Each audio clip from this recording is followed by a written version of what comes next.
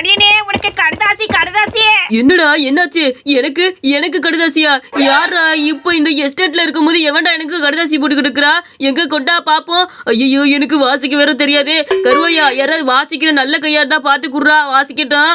என்னண்ணே நான் கருவாயம் இருக்கும் போது நீ எதுக்கு பயந்துகிட்டு இருக்கிற? நானே ரொம்ப நல்லா வாசிப்பேன், நீ கவலைப்படாத. உனக்கான கடிதாசி யார் எழுதியிருப்பான்னு நினைக்கிறேன்? கோதாவரி அக்கா தான் எழுதியிருக்குன்னு நினைக்கிறேன். எடுத்ததுமே காதல் கடிதம்னு போட்டிருந்துச்சு, அதை பார்த்து விட்டேன். பொறுப்பறே நான் வாசிக்கிறேன். என்ன எங்காவது உனைய விட்டுட்டு எத்தனை நாள் ஆச்சு நீ பார்த்து?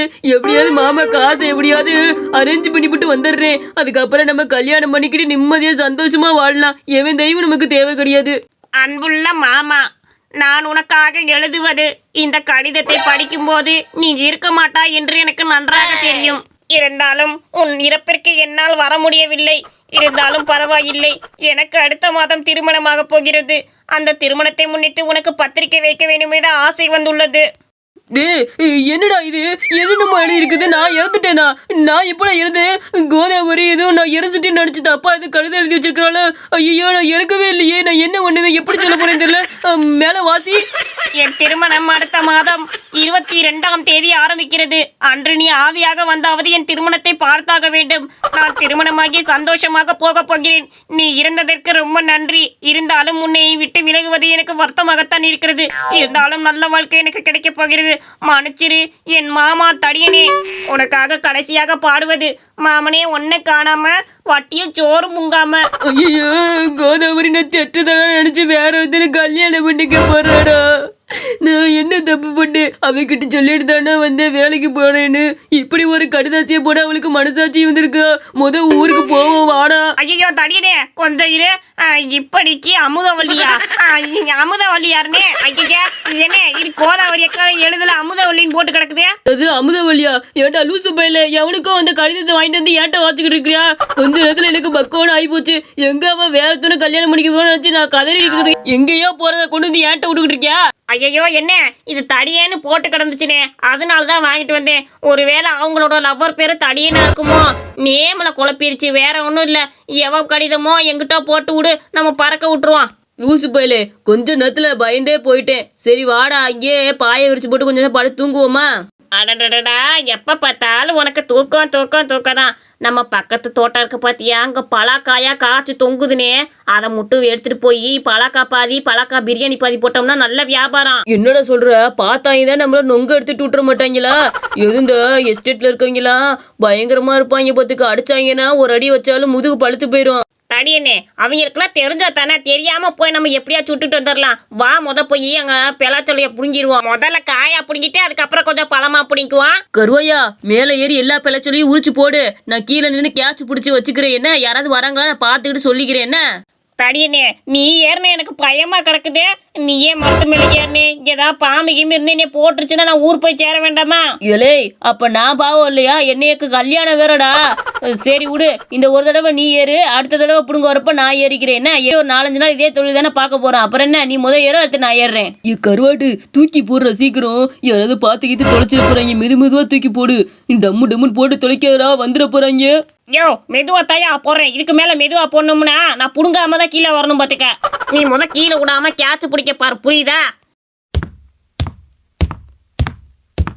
கருவாயா நான் கூட பிரியாணி விற்கிறேன், நீ பெலாச்சொல்ல வீடா? எவனு இங்க வாங்கலன்னா அப்புறம் எனக்கு சுத்தமா 1 ரூபா கூட கிடைக்காதுடா. என்ன அதெல்லாம் வியாபாரம் ஆகும். சொன்னா கேளு, இந்த பலாக்கா பிரியாணி வியாபாரம் நல்லா ஆகும். அதே மாதிரி இந்த பெலாச்சொல்ல வியாபாரமும் நல்லா போகும். பாத்துக்க வியாபாரத்துல இருக்கட்டும், நீ சம்பாதிக்கிறது உனக்கு, நான் சம்பாதிக்க எனக்கு. அதே மாதிரி ஒரு நாள் விட்டு ஒரு நாள் தொழில மாத்திக்கலாம். ஒரு நாள் நான் பலாக்கா பிரியாணி, ஒரு நாள் நீ பலாக்கா வியாபாரம். சரியா? அழகி இங்க வாங்க அழகி, நான் பலாக்கா பிரியாணி வச்சிருக்கிறேன். இது புதுவித ஸ்டைல், வாங்க வாங்க.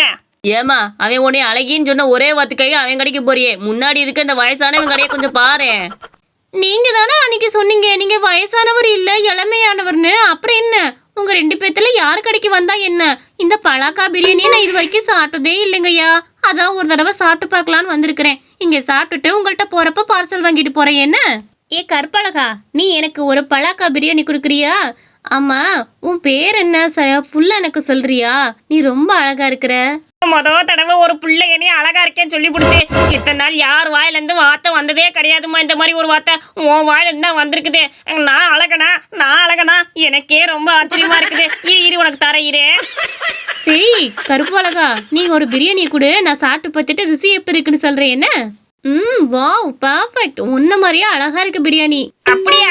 ரொம்ப சந்தோஷம். இந்த பிரியாணிக்கு நீ காசே கொடுக்க வேணாம், ஃப்ரீயாவே சாப்பிட்டு போய் என்ன. ஓ ரொம்ப தேங்க்ஸ் கருப்பழகா. சரி நான் சாப்பிட்டேன், கிளம்புறேன். ஆமா, உன் வீடு எங்க இருக்குன்னு சொல்ல வேறியே. உன் வீடு எங்க இருக்குன்னு சொல்லு. மறுபடி உங்க வீட்டுல வந்து நான் பொண்ணு கேக்குறேன். அதெல்லாம் வேணா போடா. என்னப்பா இங்கே வந்து பலாக்காயெல்லாம் போட்டிருக்கீங்க? சரி எங்க ஒரு கூறு எடுத்துன்னு பார்ப்போம். இந்த பலாக்காயெல்லாம் என் மரத்து காய் மாதிரியே இருக்கு பார்த்துக்க. நான் என் மரத்து காய் மட்டும் தான் நல்லா ஆரஞ்சு கலர்லாம் இருக்கும் பார்த்துக்க. ஏமா ஓ மரத்துல மட்டும் ஆரஞ்சு கலர்ல காய்க்குமா? எத்தனை பேர் மரத்துல அப்படிலாம் காய்க்கும்? இதெல்லாம் போய் பெருசு பண்ணிக்கிட்டு நீ சாப்பிட்டு பாரு, ருசி நல்லா இருந்துச்சுன்னா நல்லா ஒரு கூறு அள்ளிட்டு போ என்ன. அடேங்க அப்பா, இது எல்லாமே என்னோட காய் மாதிரியே இருக்குதுல. என் மரத்துல இப்படிதான் பழம்லாம் காய்ச்சி தொங்கும் பார்த்துக்க. உண்மையை சொல்லுங்க, இந்த பழம்லாம் எங்க இருந்து பிடிக்கிட்டு வந்தீங்க? உண்மையை மட்டும் சொல்லுங்கப்பா. ஏம்மா இது என்னம்மா லூசுத்தனமான விஷயமா இருக்குது? ஓ மரம் இல்லை, எல்லா மரத்துலயும் பலாப்பழம் இப்படிதான் காய்க்கும். ஒரு சில இதுல இந்த மாதிரி சுவை அதிகமா இருக்கத்தான் செய்யும். அதுக்காக எல்லாமே ஒன்னோடதுன்னு ஆகி போயிருமா? இங்க வர்ற லூசு கிளவியா இருக்கும் போல. பேசாம போமா வேலையை பார்த்துட்டு. நீங்க சொல்றது சரியாத்தான் இருக்குது. எனக்கு லூசு பிடிக்கல. பாக்குற என்னைக்கே ஒரு நாள் இங்க சிக்காம போக மாட்டீங்க. நல்லா இங்க நம்பிதான் போறேன் பாத்துக்க. ஏதாவது கோல்மால் பண்ணி வச்சிங்க காலுக்கு பத்தியா எல்லாத்தையும் திருவி போட்டு பிடிவேன். இந்த வயசான கிளவி நினைக்காதீங்க. பயங்கரமான பாலம் வச்சிருக்கேன் என்ன. ஆஹா, இது என்னது? இந்த எஸ்டேட்டுக்குள்ள வந்து பிரியாணி போட்டுக்கிறேன், என்னது இது? பலாக்கா பிரியாணி பாட்டி, ஒரு தட்டு வாங்கி சாப்பிட்றியா? பலாக்கா பிரியாணி ரொம்ப அருமையா இருக்கும் பாத்துக்க. உன் முகரையும் மூக்கு சொல்லி பார்த்தாலே தெரியும் இந்த பிரியாணி எப்படி இருக்கணும். எனக்கு தேவையில்லை, ஒண்ணு நான் போயிட்டு வரேன். அடடா, இது பலாக்கா பிரியாணி தானே? எனக்கு ரொம்ப பிடிக்கும். ஏப்பா எனக்கு ஒரு தட்டு கூட சாப்பிட்டு பார்க்க. அதுக்கு என்ன, ஒரு தட்டு பிளேட் பிரியாணி 150 ரூபா கொடுத்துருங்க என்ன. வாவ், இந்த பிரியாணி ரொம்பவே அற்புதமா இருக்கு. இந்த பிரியாணி எப்படிப்பா செஞ்ச? எப்படி செஞ்ச? கையில தான் செஞ்சேன். வேற எதுல செய்வாங்க? தலையில செய்வாங்க. கையில தான் செஞ்சேன். நல்லா இருக்காம்பட்டு. ஓ நான் அதை கேட்கலப்பா. இந்த பிரியாணி செய்யற மெத்தட் ஒன்று இருக்கும்ல, அந்த மெத்தட் எப்படின்னு எனக்கு சொல்லு. பெலாக்கா பிரியாணி, பெலாக்காவை அரைஞ்சு ஓட்டு செஞ்சோம்னா அது போதும், அது வந்துடும் பார்த்துக்கங்க. வேற எதுவும் தேவையில்லையே. அடே முட்டாள், நான் அதை கேட்கல. இந்த பிரியாணியை எப்படி செஞ்சேன்னு கேட்டேன். எந்த மாதிரி மெத்தட் வரிசையா சொல்லுவாங்கல்ல, அது மாதிரி எப்படி செஞ்சேன்னு சொல்லுன்னு சொன்னேன். எப்படி செஞ்சா உனக்கு என்னையா? பேசாம வந்தமா பிரியாணி தின்னமா போன மாதிரி. அதை விட்டு கேள்வி மேல கேள்வி கேட்டுக்கிட்டு கிளம்பு முத. திருடா கருவாயா, நம்ம இப்பவே போய் அங்க பலாக்காவை பறிச்சுட்டு வந்துருவோம். காலையில யாராவது பாத்துருவாங்களோன்னு பயமா இருக்குதுடா. வா இப்பவே போய் பறிச்சுட்டு வந்துருவோம். ஆமாண்ணே, அதிகமா நடமாடுறாங்க இங்கிட்டு. நம்ம பேசாம போய் இப்பயே பறிச்சு போட்டுப்புட்டு நல்லா அரிஞ்சு வச்சிருவோம். காலைல வெள்ளையில இருந்துச்சு பிரியாணி செஞ்சு போட்டு இங்க கொண்டு வந்துருவோம் என்ன. தடியனே, நான் தானே அப்பா தான் மரத்துல ஏறினேன். இப்ப நீ ஏறி என்ன மரத்துல ஏறி நீ பிடிங்கி போடு. மறக்க மாட்டியே நான் சொன்னத. எப்படிடா இதெல்லாம் ஞாபகம் வச்சிருப்பியோ? ஆனா எனக்கு கொடுக்க வேண்டிய 500 ரூபா மட்டும் வரமாட்டேங்குது வெளியே. போரு நானே ஏறுறேன். ஏய் சீக்கிரம் பறிச்சு போடியா. என்னையா ஒரு காய உரிக்க உனக்கு இவ்வளவு நேரமா? உரி உரின்னா இங்க வர மாட்டேங்குதுடா. அந்த பழம் நல்லா கல்லு மாதிரி புடிச்சு கிடக்குது பாத்துக்க.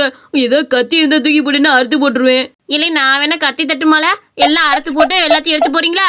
இல்லை யாருல நீ என்னோட தோட்டத்துக்கு வந்து என்ன பண்ணிட்டு இருக்கிற? உனக்கு என்ன தெரியுதா என் தோட்டத்துக்கு வந்திருக்க? எதுக்குள்ள வந்திருக்கிற? கருவாயா, என்னைய மட்டும் மாட்டி கொடுத்துறாதா.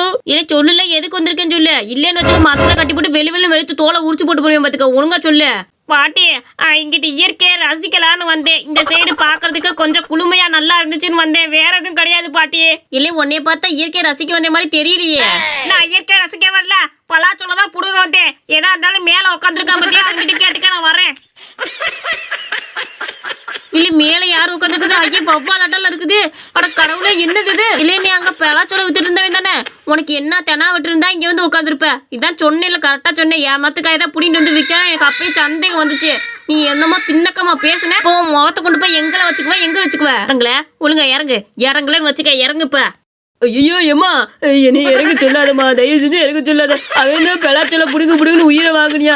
நான் மற்றபடி ஒன்றும் இல்லை. அதுவும் மேலே உட்காந்து சும்மா அந்த நிலாவை பார்க்கறதுக்காக தான் வந்தேன். உன் பெலாச்சோலையை புடுங்கணுங்கிறதுக்காக நோக்கத்தோட வரல. இல்லை உன் முகரை கட்டே பார்த்தாலே தெரியுது நீ ஒரு திருட்டு பையனே. ஒழுங்கா இறங்குறியா இல்லையா? நீ இறங்க மாட்டேன்னு நினைக்கிறேன் பயிரு. என் உயிரே போனாலும் கீழே இறக்க மாட்டேன். கீழே இறங்குனா நீ பிடிச்சி ஆஞ்சு போடுவ மாட்டா போ. இல்லை சுருளியே கொஞ்சம் சீக்கிரம் வாழ.